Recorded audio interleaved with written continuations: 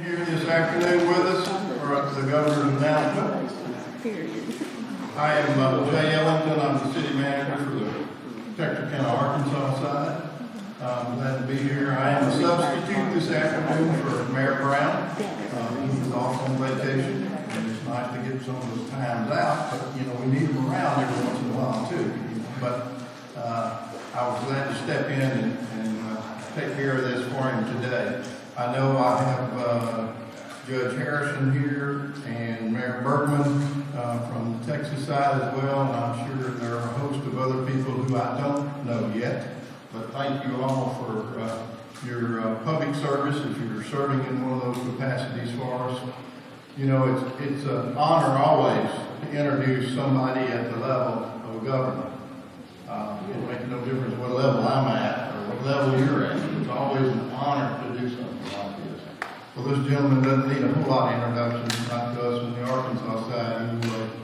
But he's always been in the forefront of things in relationship to health of the state of Arkansas.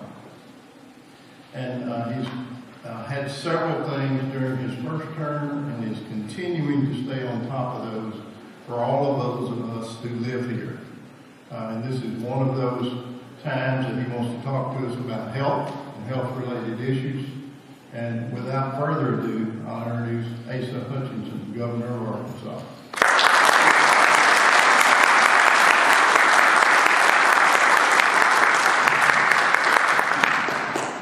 Thank you, and I want to thank everyone for coming out tonight. It's Thursday night, there's a lot going on, but this is an important topic for us. And I look at the path of the pandemic that we've gone through, and we've gone through a lot of different stages. But we've come to the point that it's really about what each individual does and what each community does in terms of getting prepared, getting vaccinations out, having discussions. And so that's why I started the community COVID conversations. And so I've been to Batesville, I've been to Jonesboro, Blytheville, Forest City, Cabot. I was in Fayetteville today, at lunch today, and down here tonight. And so we're maximizing the time, but it was very, very important for me to get here this week. And I wanted to be here in Texarkana, and I'm always love being here. I'm delighted we have Texas side here, some of the officials from the hospital, St. Michael's, as well as public officials. Delighted to have our Arkansas representatives here, representing Carol Dalby, Representative Lane Jean, Representative Watson, where's Danny? And Mayor Brown has always been helpful here as well. We've got Judge Kathy Hutchinson Harrison, where's Judge? Back here. Come on, get up here. Let me set the stage for this, first of all. And a month ago, just a short month ago, we were in pretty good shape in Arkansas.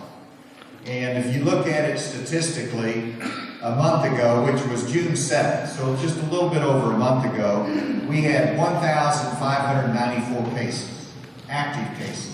So round that up to 1,600. A month ago, 1,600 active cases. Now we have 9,000 active cases. If you look at the daily new cases that we had, a month ago, June 7th, we had 62 new cases on that particular day statewide. Now, today, we had 980 new cases. And yesterday, I believe it was 1,200. The day before, it was over 1,000 as well. If you look at our hospitalizations, which is what we have to look at most closely, on June 7th, we had 175 hospitalizations because of COVID. Today, we have 669. Now, what has happened? What has happened? And there's really two reasons for this total different change in climate, and it's not just Arkansas, it's across the nation. Because as I meet with the White House, as I talk to our COVID task force in Washington and the CDC, they say over 50% of the new cases across the country are because of the Delta variant. The Delta variant started in India. It came here. They renamed it the Delta variant. It really hit us in southern Missouri. It leaked over into Arkansas, and it has spread. And of course, it's spread from different directions because it's in Texas as well. But it's really across the nation, the Delta variant. And what's unique about the Delta variant is that it is more transmissible. That means it's easier to spread.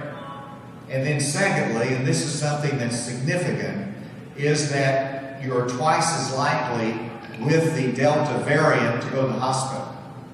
And so the hospitalization rate is higher. And that's one of the reasons such a quick increase in our hospitalizations is because of that Delta variant. We also have a second ingredient that hits us in Arkansas a little bit harder. And that is we have low vaccination rates. And in Arkansas, we have a low vaccination rate. And that's not something I'm happy about. That's one of the things we're trying to address. And early on, whenever it was hard to get the vaccination, remember that? We didn't have enough of the doses, and we were waiting on that, and we were having people wait in line, and the demand was great, and we had to prioritize it. And we said, we're going to get the 65 plus vaccinated. Well, they responded very well because they had a high vulnerability. And the result was that they got vaccinated, and you see their hospitalization rate go down. But what we're seeing in our hospitals is that the average age of our hospitalized COVID patients has gone from over 65 down to the age 54. And why is that?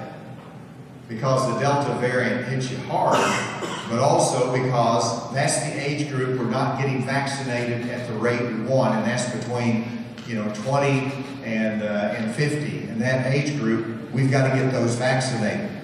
Now, a couple of interesting points on the vaccinations. Let's look at Texarkana and Miller County. And first of all, let me concede the point that we don't have as good a data as we want to. And so you see these very low numbers here in Miller County and Texarkana.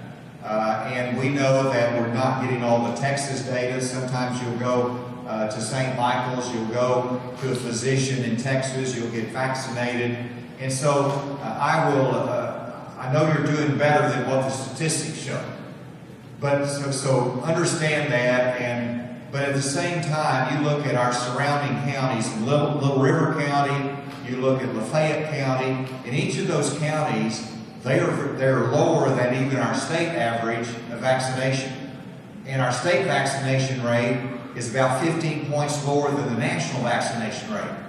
So you can see the challenge that we face. And so I do want to show you, the Miller County, we've got 9.5% of Miller County is fully vaccinated, but Texarkana itself is 17% of the population is fully vaccinated. Well, we got it up here, don't we? Let me move over a little bit. And so let's pull up another county, though. What do you have? Batesville, Independence County. And this is a point that I want to make, though, because you see on the left, those are the ones that are fully immunized. And then where it says 13.9%, that's partially immunized. So the left side is Batesville, and these two on the right side is Independence County.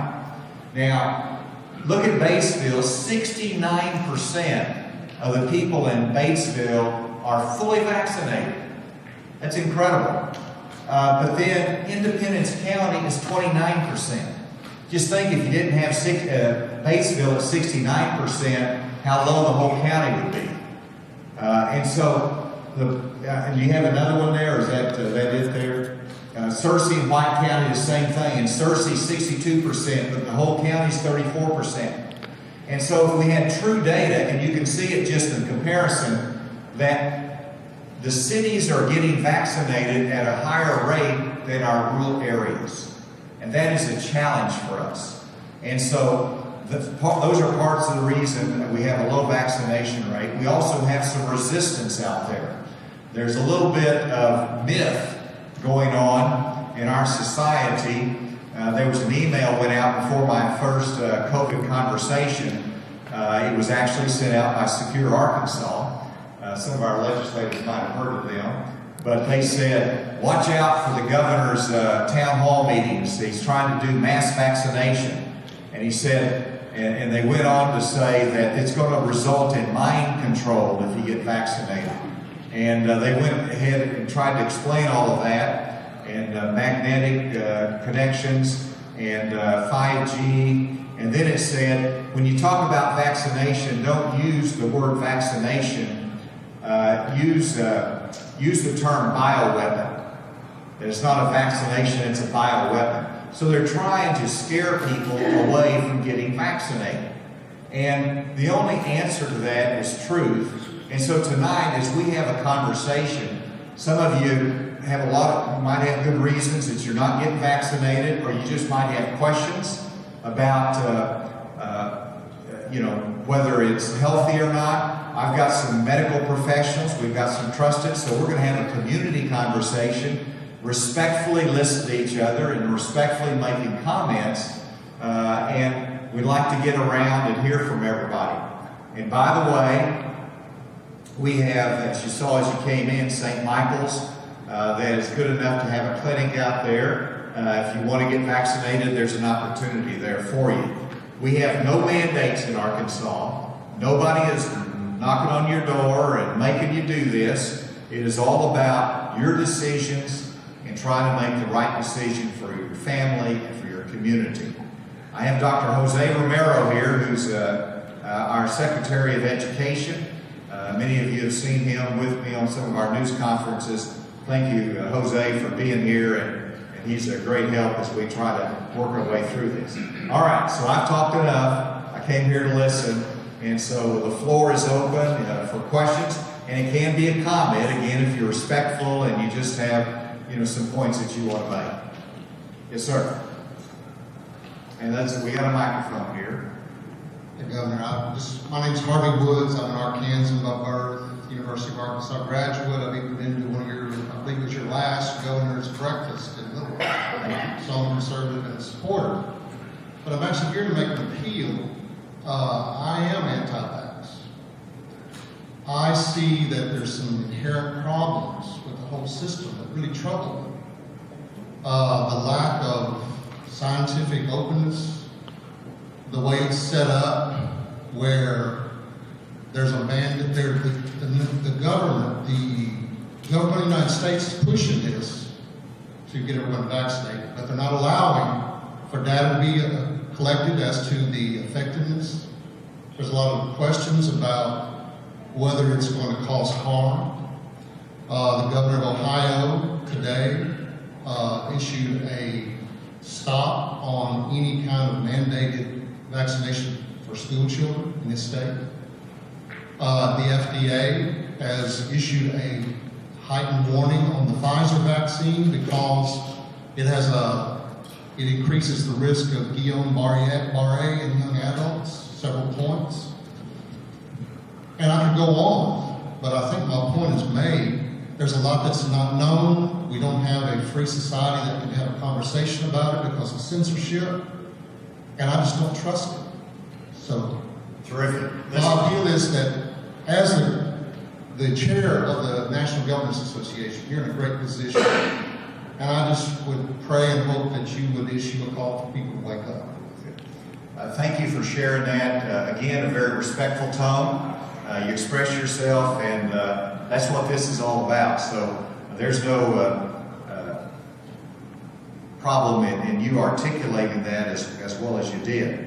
Now, let me just address a couple things that you mentioned. The Ohio governor that issued saying that we're not going to have any mandates to vaccinate school children.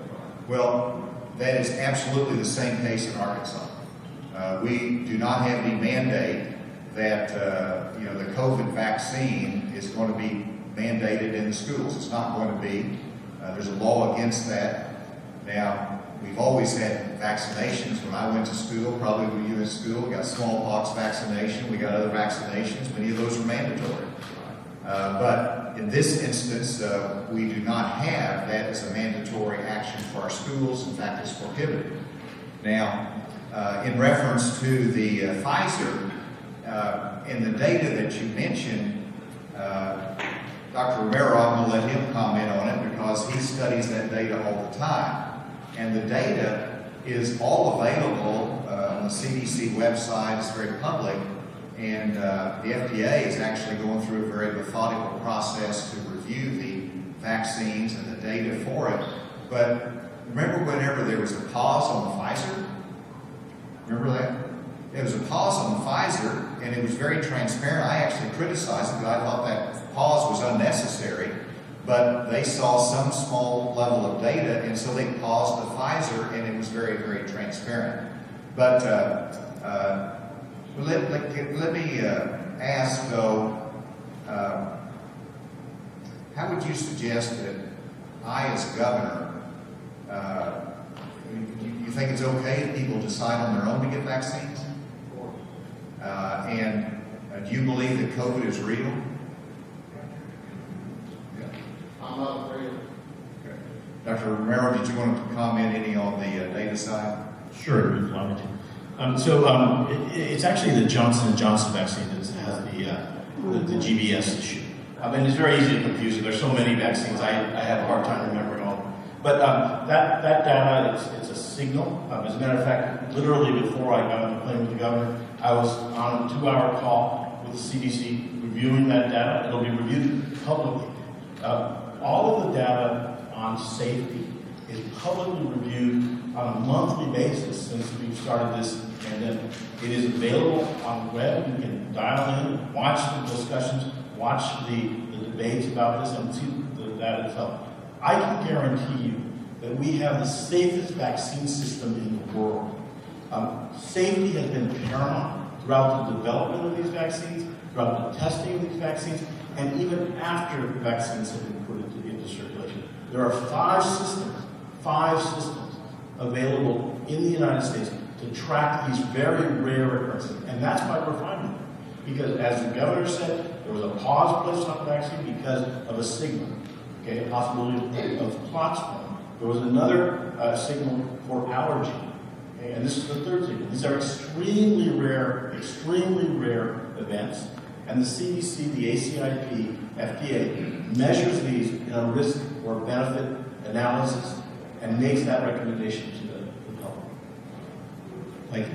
Next. Yes, ma'am. My name is Teresa Cox, and I live in Texarkana, by way of Mississippi. If we're going back into a COVID situation, what are we going to do about food insecurity for senior citizens? I do get SNAP benefits, $19 a month. I want to meet the person who can eat for a month for $19. I buy bread and peanut butter. That's all I can afford. So in the middle of the month, I go to Genoa to my son's and break his kitchen. I break into his house and steal food. What are we going to do? Why can't we get the benefits we were getting to take care of it? There's a program from the USDA, Seniors Farmers Market Nutritional Program. No one in Middle County knows anything about it. What are we going to do to get food for senior citizens? Thank you. I appreciate you sharing that. Obviously, everybody ought to have the opportunity to provide for themselves and others. In terms of the SNAP benefits, we continue to provide the SNAP benefits in Arkansas, and so the SNAP benefits are available. That sounds very meager what you recited, so we might look into that a little bit. And we also have, and I've been here to the food bank that does an incredible job here, and we support that. And we have actually a significant amount of state money that flowed to us from the federal government that can be used for food assistance. So we have plenty of money. Jordan Burgess is right here, and she can follow up specifically because there's a gap there. There's plenty of assistance that's available, and we want to make sure you have access to that. All right, back in the back. I'm a Baptist, so I understand what y'all are doing. and so, this is an environment I can call on people here. But any other more comments? Yes, ma'am. Well, historically, the word vaccine is from vacca, which means cow. Edwin Jenner observed that cowmaids did not contract smallpox because they had cowpox. Now, the smallpox vaccine is not even administered. It's considered eradicated. That's progress. Yes. Yeah. Well stated. You're young enough to remember. I'm a retired person. Well, thank you for that comment. And, vaccines is not something that's unusual in our society.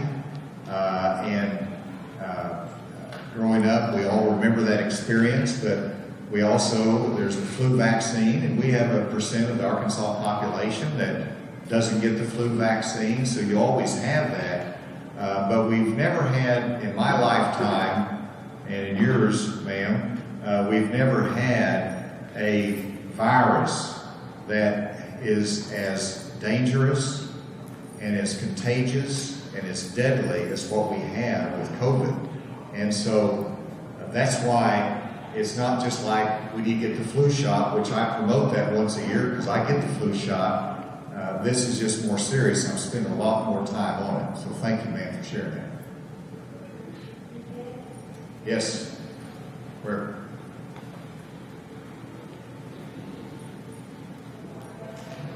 Yes, Blaney Harris. I'm here at City Council on Health Southside. And thank you for coming here, Governor. My question is that, maybe a comment. I know some states giving away $100,000 for a lottery if you put your name in the hat and take the vaccination of the chance for $1 million. And I don't think you have done nothing like that. And in my opinion, I kind of hope that you don't do nothing like that. But the other thing is, I have been asked about this, and I guess the reason why I'm from up in the north, and they have a fear that it's been a history that in some cases, like the Tuskegee, what is it called, Tuskegee Institution, when they back then when they was experimenting with African Americans. African Americans. Yeah. So how is you gonna go about how this state gonna go out to outreach to African Americans and tell them that it's okay for this because of past history of how African Americans have been treated by the government in some experiment. And that's such a terrible, tragic history in our country. And that's where a reluctance of many African Americans come from. And I've been grateful that we have worked with a number of African American church leaders, sports figures, community leaders, and we don't expect everybody to trust what I say or necessarily others say, but the leaders in the African American community, we're trying to get their voice out there because they're trusted and to hear what they have to say. But Dr. Merrill makes the point that as they tested these vaccines, they tested it on every minority type population, every age group, every minority, and they studied it and the impact on it. So that was a part of the original studies that were approved by the FDA. Now, on a little bit of a lighthearted note, I had in Forest City, I believe it was, a African American minister stood up and said he was hesitant about getting the vaccine, so he went there to get the vaccine, though, and he made sure that he was getting the same vaccine that his neighbors were getting. And so he was checking it out there, but that was his comical way of trying to encourage others that It worked well for him. It was beneficial. It allowed him to get back to a normal life. So let me ask you, Councilman, that what do you think we can do more to get the word out? And I agree with your point. Incentives, I'm open to incentives that we can show they work, but we haven't seen a whole lot yet that's been effective in that way. A lot of the private businesses are offering some incentives in their workplace. But what can we do, not just in your community, but across the Texarkana and Miller County area to encourage people more or to build confidence? I don't think I could probably say time, but I don't know, that's a hard question for me to answer right now, because I've looked at the information and I know I'm not a doctor, but I'm still skeptical in a way, so it's hard for me to come out and say something, tell somebody else to do something when I'm skeptical of my own self. So I can't sit up here and tell you, answer that question. And the skepticism is based upon health concerns. Right, All right. So let me turn to, we've got Doctor, who wants to respond to that from a medical standpoint? Can I get some help here? Yes, sir. Introduce yourself.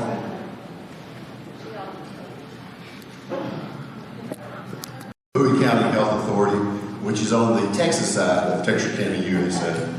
But Dr. Stringfellow's here with the Miller County Health Authority. Dr. Robbins is here with St. Michael's, and Joe Bennett is the Miller County Office of Emergency Manager. We've all worked extremely hard together, try to get the word out, and we do have to remember, I think the young lady mentioned smallpox, you know, and what I always want to tell people, if this was smallpox or polio, we would never have beaten this. So what we have to realize that vaccination is about the only way we know that we can actually overcome this. And I agree, there needs to be more information on the vaccination. We need to take social media out of it, get the facts, the true facts, and know exactly what you want to know. And then you need to be able to do your own research. And again, mentioning the flu vaccine is only about 60 to 70% effective. You can still get the flu if you get the vaccine. However, it's going to potentially save your life instead of you dying. And the same thing goes for the COVID vaccination. The COVID vaccination is more than likely going to prevent you from getting hospitalized or putting on the vent. And for all of us, I'm an emergency medicine physician by trade. I'm the EMS medical director. I have had colleagues that I've worked with side by side die from this.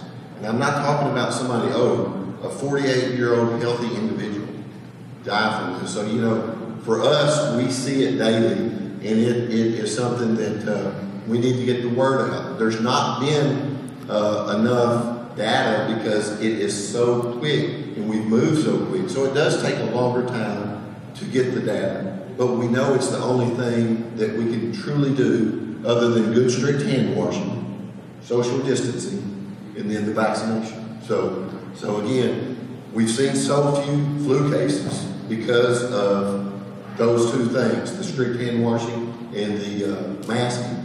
We've seen very few RSV, respiratory syncytial virus, on the pediatric patients until now, but that's because, you know, we're getting around more, we're communicating, many people taking off their masks. So we just want to get the word out that vaccination is the key, and we sure do not want it to affect the pediatric population, because if this COVID hit that took the adult population out, there are not enough pediatric ICU beds in this country to take care of that kind of disease process in children. So that's another reason to get it, is to prevent family members from getting it, even if you're a asymptomatic carrier. Thank you. No, that's great. That's great. Yes, please, right here. Introduce yourself again. Sure. Good evening, everyone. My name is Dr. Lauren Robinson. I am the Chief Medical Officer at Christus St. Michael Hospital. I am trained as an internal medicine doctor and a pediatrician, so I take care of folks across the lifespan, and I'd like to respond to a couple of comments if you all give me a second. So I'm not anti-vax. I'm in general pro-vax. but I like to understand where people are coming from. And so I watched the movie Vax so I could get a better idea of what kind of folks were anti-vax were talking about. And for me, one of the things that I was very concerned about at the beginning is that this happened so quickly. COVID got here and we got a vaccine faster than you get a tax refund. And so I was like, wow, government really can work really fast, but is this really a good reason for me to take the vaccine? The other thing for me was that I was pregnant. So when the vaccine first came to Texarkana, I was pregnant. I was too early to tell anybody, and I was really scared because I was like, early in your pregnancy is when you're most vulnerable. And so I knew for me, I was like, I don't know that I can get out here and say, yes, I'm taking the vaccine. Is this putting me at risk? And there was no data on pregnant women. And so when I talked to my OBGYN provider, she said, I don't really know what to tell you because we don't have this data. And when you look at the data that we have, it comes from the people making the vaccine. And so it's like, well, if I was making something that I wanted you all to buy, of course I would say, this is safe, you should take it. And so at the time, I was just like, I just really don't know. And so I think what it came down to was hearing from my colleagues who took it either in the study or got it earlier on, and just seeing kind of, one of the things that we have here is this natural experiment that all of America and the whole world has seen over a year. So you've got people who signed up to be first in line. That's not my ministry. I'm not going to jump to be first. But I got to see doctors, moms, husbands, sons, aunts, uncles, all these people all across the country sign up to be first and watch to see how they did. And most people did completely fine. And so I was like, okay, I can say most folks are doing completely fine. If that's the decision you make for you, please do this to protect your families. And then the more data that came out and the more data that came out. And then I had friends who had been pregnant who also, like me, hadn't told anybody, but they took that leap of faith and they got vaccinated. And so I have these women who starting in like March, April, May, started to give birth and say, I'm healthy, I made it through my pregnancy, my baby is healthy. And when they tested for these babies to see if they had antibodies, they did, meaning if somebody wasn't vaccinated or had COVID around them, these babies were going to have a better chance of making it than someone who wasn't vaccinated or the child of a mom who wasn't vaccinated. And that's what flipped it for me. And so when I was later in my pregnancy in April, which is in my third trimester, when you're again vulnerable and you could deliver your baby too early and there was a risk, like if you get this vaccine, you could have gone into labor. I made that decision for me and for my baby. And I was nervous, and my husband was more nervous than me. And so we decided the one thing that we did do is we spaced our vaccines a week apart because we knew that we may have a reaction to it. Women are very strong, and so I got my vaccine and I was fine. My husband had a little bit of chills, but we did okay. And my mom, who was like, I'm not getting that vaccine, was like, I want to see my grandbaby. And so she decided to get the vaccine. And that was another thing that for me, I had not expected. I expected her to wear her mask, which she would have done to protect her grandson, but she had said she wasn't going to get the vaccine. And when she made that decision, she decided that for her, it was worth it to start talking to seniors in her community about if we want to protect our grandbabies, if we want to see our grandbabies and love on our grandbabies, because they're very cute, it's important for us to get vaccinated because, yeah, someone may end up getting COVID if they get the vaccine, but they're going to be around to tell the story.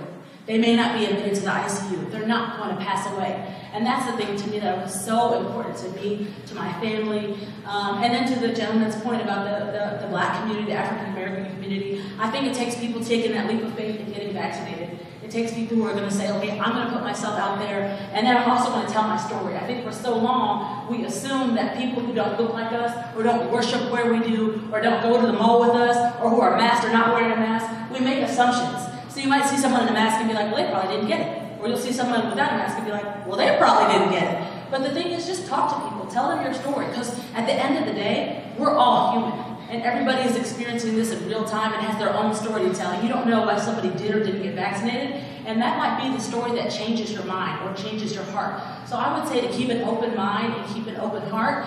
We'll try to give you the data as it comes along, knowing that it seems like the data doesn't make sense because one day someone's saying 85%, 75%, and you can't remember if that's the number of people vaccinated or how effective it is, and it all comes together. I'm not a numbers person. So I'm just saying, think about it, pray about it, talk to the leaders in your community, and make the decision that's right for you and your family. Thank you. That's what you call a trusted voice. And that's what, everybody, when they think through, is this right for me? Is this what I need to do? You got to think through, who do I trust? and go talk to that. Whether it's your physician, which it should be someone in that category, sometimes it's a pastor. Yes. Why don't you go ahead and get a microphone here? We have sit back here? Okay. You just hit on something I think that causes a lot of people to have reservations, and that's trust. You know, when this first got publicized, Fauci said, oh, you don't have to wear masks. Then it was, you have to wear masks. And from what reports I've been seeing in the past few months, Fauci actually used our tax dollars to help fund that Wuhan lab, which chances are that's who developed this disease. And I wonder, why is he still the most paid bureaucrat in our federal government? Well, that doesn't make sense. The trust from the very beginning has been broken. Let me make sure it's clear. I'm not asking you to trust government. I'm not asking you to trust government. I'm asking you to do your own research, talk to people that you trust, and that, to me, is the right approach. And Dr. Fauci, I can assure you I've made mistakes through this pandemic. Particularly when it was early on, you make the best judgments you can, but don't trust the government. You know, I'm not asking you to. Let's do our own thinking here. Get right back here, ma'am. Good evening. I'm Lakia Jones, and I'm with the Church of the Living God here in Texarkana.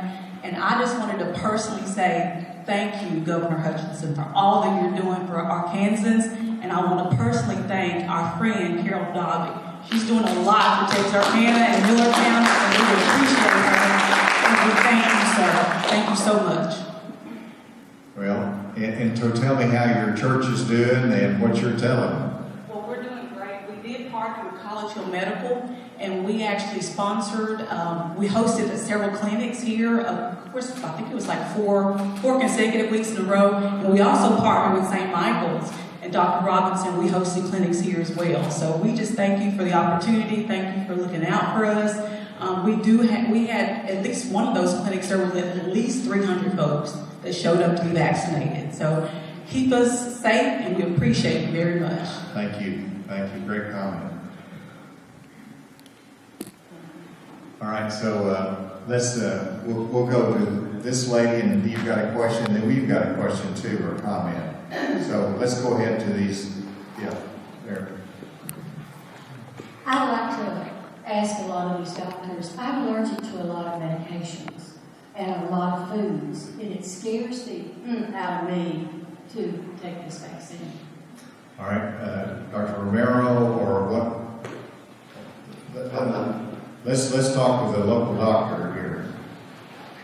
No, we've had that question before, and that's a great question. And that's why after you get the vaccination, first of all the vaccinations have the ingredients that are listed, and you can actually go online and find those ingredients.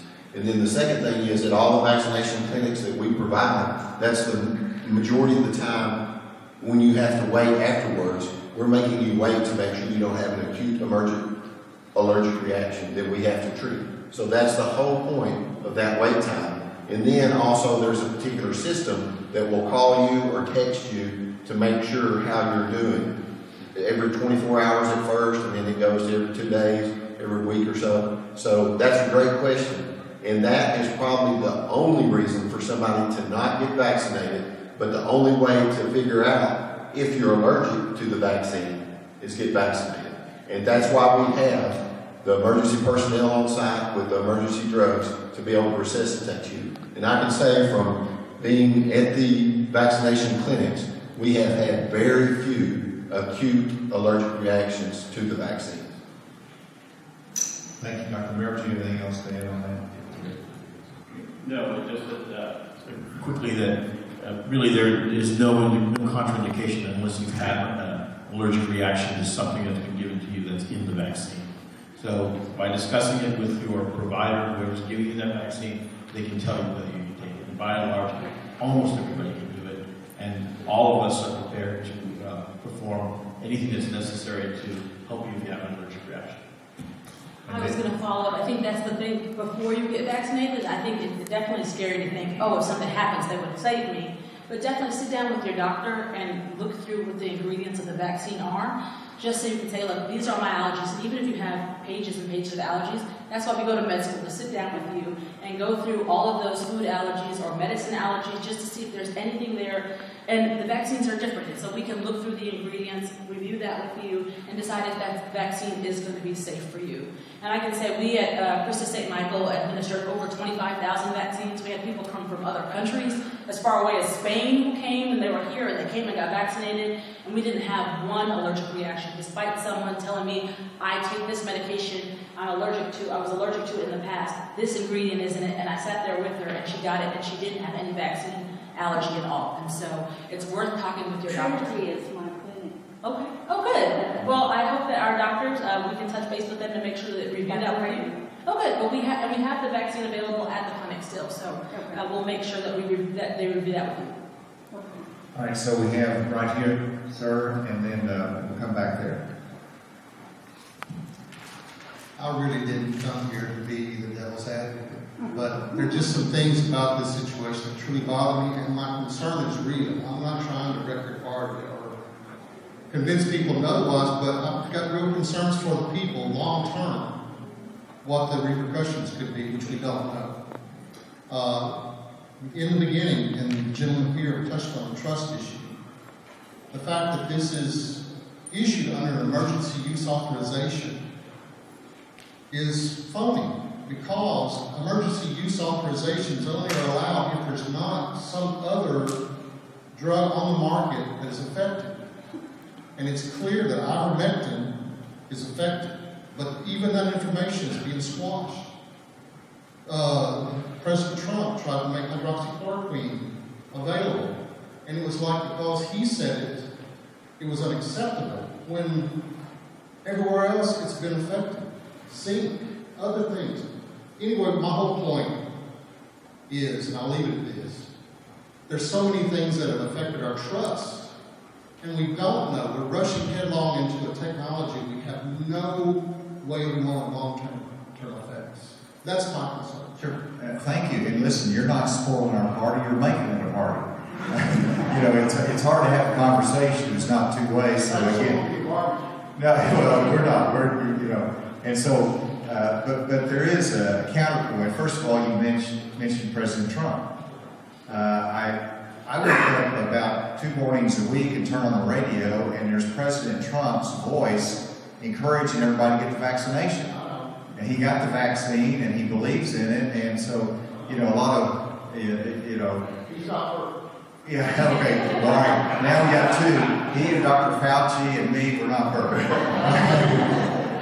But anyway, I make that point, but I think I'd like to have probably Dr. Romero. How about what we don't know about long-term side of this, Dr. Romero?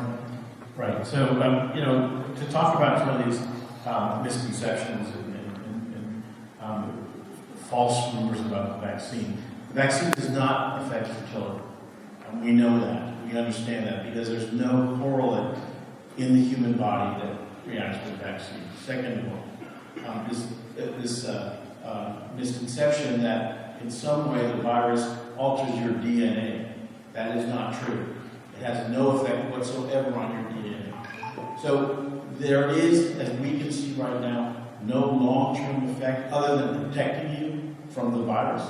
And we continue to watch that. Again, the 5 safety systems that are in existence in this country are designed to look for these problems.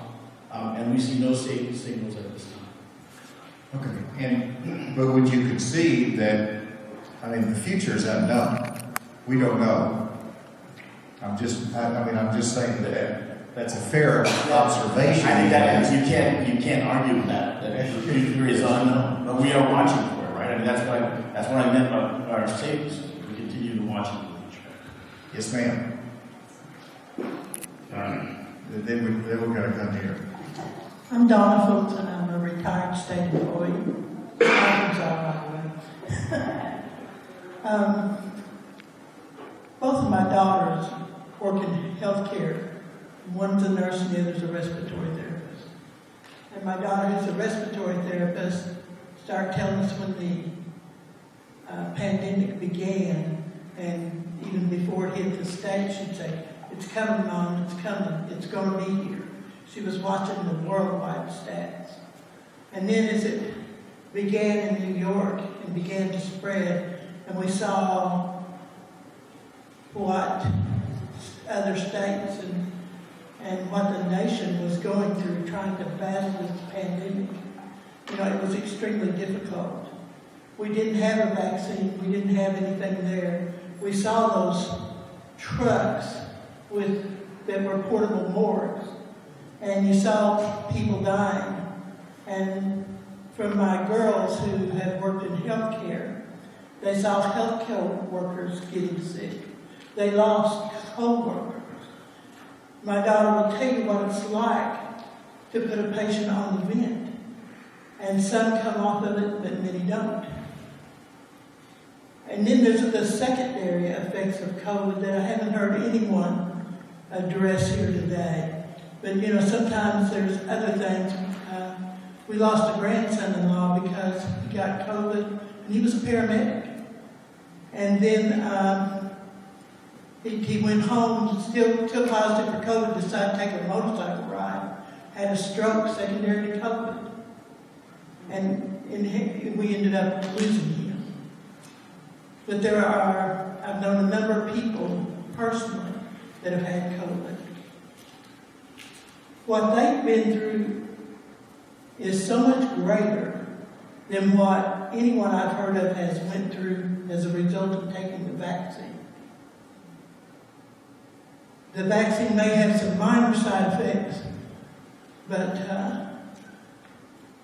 we don't hear much about people dying from it.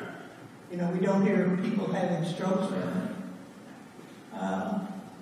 And the thing of it is that when you're vaccinated, not only do you protect yourself, but you protect those around you. And a lot of people with health issues need that additional protection. Ma'am, your answer was a lot better than mine. Well said. Thank you for sharing that. And then right here. Good afternoon. My name is Sylvia from a neighboring county in Hempstead. So good afternoon to my neighbors here. I'd see that, or listening, that a through line through tonight's conversation and perhaps in the other conversations has been education and engagement.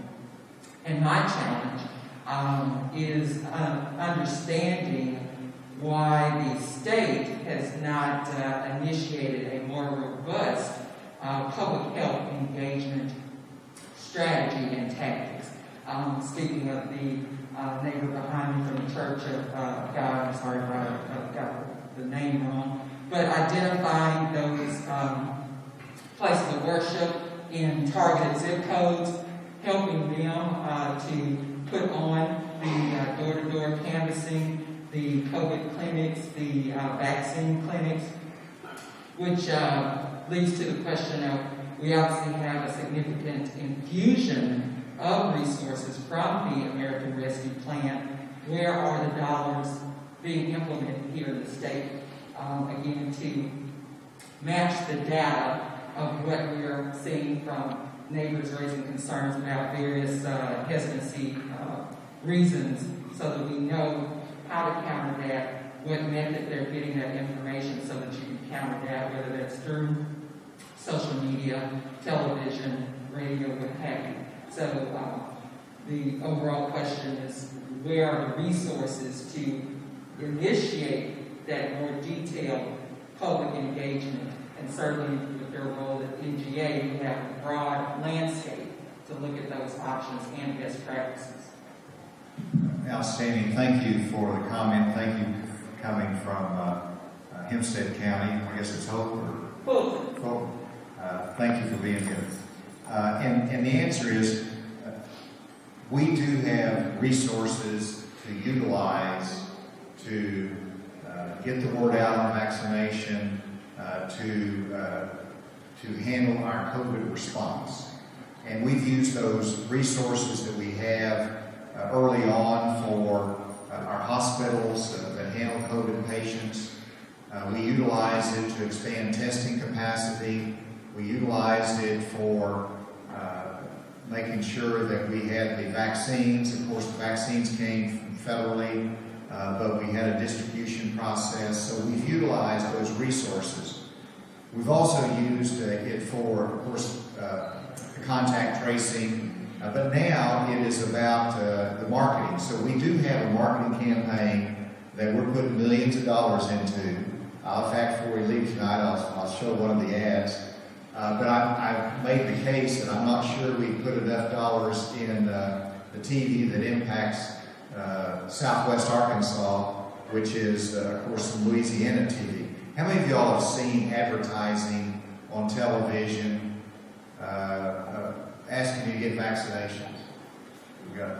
All right, so most of you have, but hopefully we'll be putting more dollars in the Louisiana stations so we can tailor-make it. And I think that's to your point too, that we can have a generic ad campaign, or we can have specific for specific groups and messages, and we're going to continue to work on that.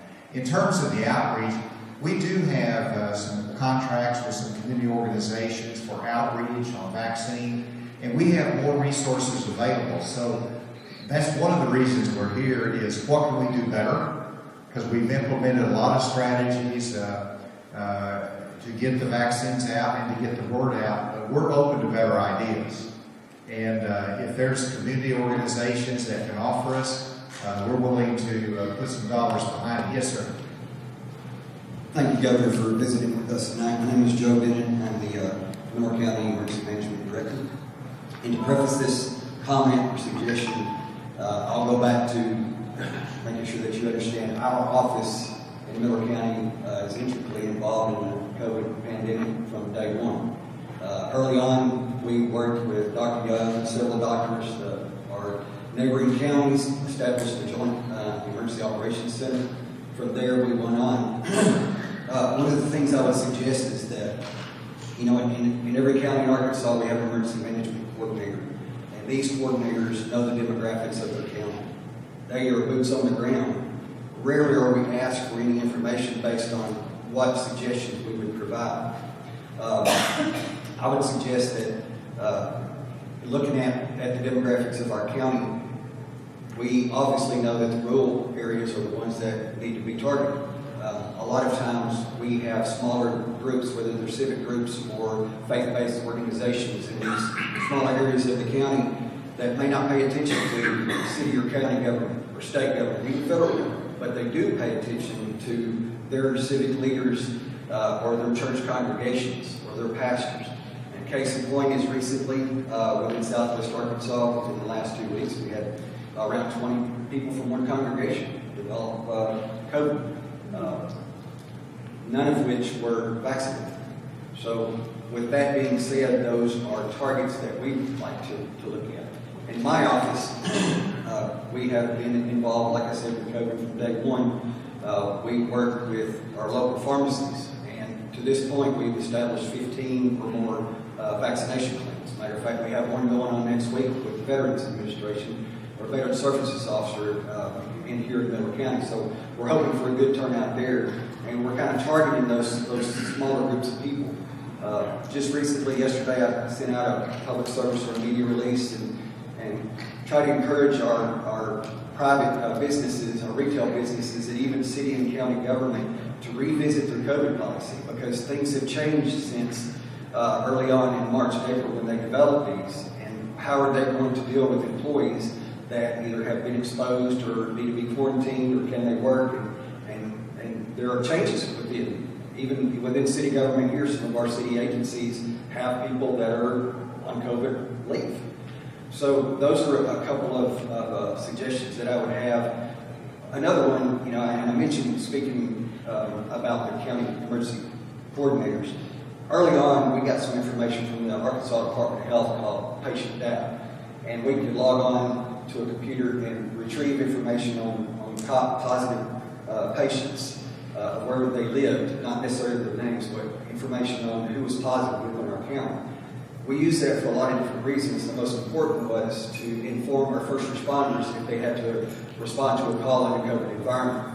But I'd also use that information to decide whether or not I needed to develop another vaccination plan.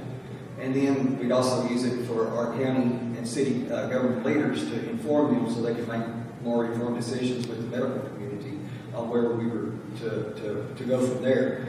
That information was suspended in June. And so with the resurgence of our COVID that we have, right now in our local hospitals, we're looking at an inpatient care that mirrors what we had in March of 2021. You're saying we need to reinvigorate some of that? Yes. Okay. You get that, Doctor? We need to provide that to the county emergency management. And I know there's some security issues with that, but if it were to be funneled through the Department of Health or a local county health agency, but that is an invaluable resource for us. All right, so let me come back. So this is really an important point. You're the emergency manager here in Miller County. Yes. And so if there is a need in Miller County, if we wanted to have a clinic somewhere, or if we needed an outreach and you needed some financial assistance, you could make the request, if it's COVID related, to your emergency manager right here, and then he would channel it up and we can review it and see if we can help. Is that right? Basically, yes, but we work so well with our local pharmacies. We provide them with the venue, they provide the staffing, and the staffing is the most important. They're the hardest to find. As we'll probably see within the coming months, if we have a resurgent spike in COVID, our staffing levels are going to be a challenge, and wide across the state of Arkansas. But it doesn't necessarily take money. We can provide a venue. I'll find a venue. I'll find a drive-through if I have to. We've done it in a lot of various places. I have a tip if we need to use it. So we don't need money. We just need the people to come give it a shot. Dr. Romero. So let me address your question about minority outreach. So we have an active outreach program through Dr. Michelle Smith. And I wanted to extend this as an open invitation to all of you. We will deliver vaccine to any event that you all set up. Right? If you call me tomorrow or you email me tomorrow and you say, I'm going to have a vaccination event at X place, we will work to do that. We can directly reach out. You don't have to go through anybody, just call us also. We also have faith-based outreach. And we are actively reaching out to churches in our state and trying to make sure that you all have that information. So that is available and we want it to be used. So please feel free either to reach through your emergency manager or call us directly because we have the ability to bring you that vaccine at short notice. All right. Thank you, Dr. Romero. I try to keep these at about an hour, but I don't want to take, and we have a question or comment right here. Yes, sir.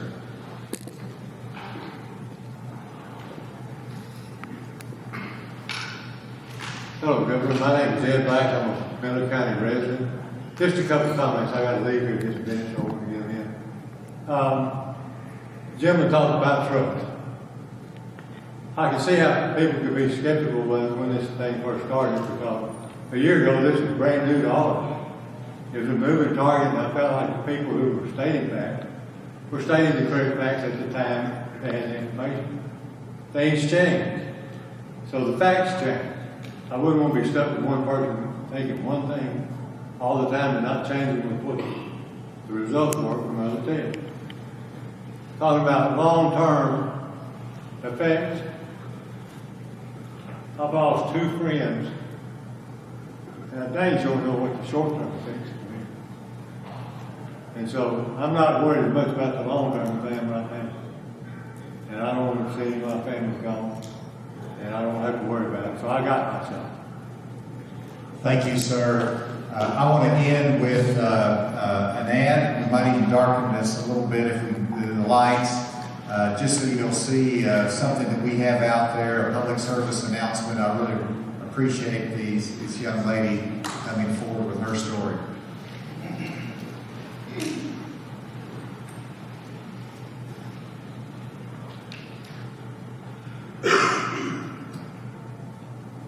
I was hesitant to get the COVID-19 vaccine because I was 30 weeks pregnant and we were probably both skeptics of it. We lived in a small rural town, and we were very reclusive because of the pregnancy and COVID-19 going around. I started getting very, very sick. We went from sinus problems to life support in 10 days, and it was all so fast. We were both terrified. I needed to have an emergency C-section.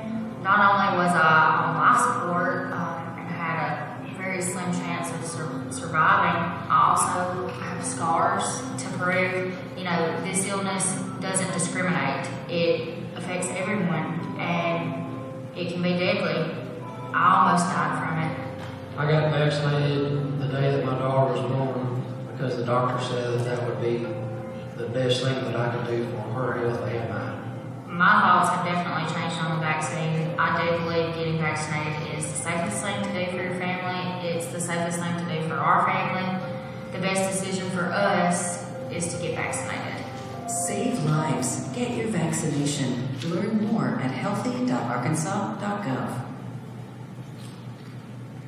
Let's turn the lights back up. You all have been one of the best audiences. It's been a very frank and open conversation. It's exactly what our community COVID conversations are all about. So give yourself a round of applause if you would. It's great to be St. Michael's is out there if anybody wants a vaccine with that. Thank you. God bless you.